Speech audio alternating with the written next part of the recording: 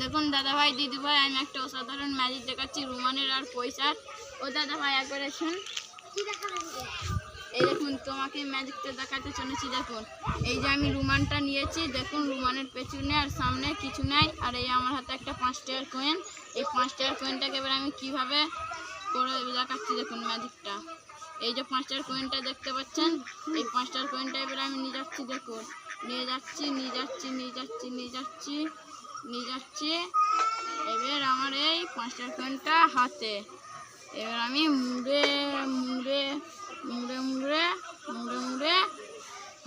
এবার দেখবেন, এই দেখুন 5 টাকার কয়েনটা আর নাই, দেখতে পাচ্ছেন? এই দেখুন এই দিকেও নাই আর এই দিকেও নাই।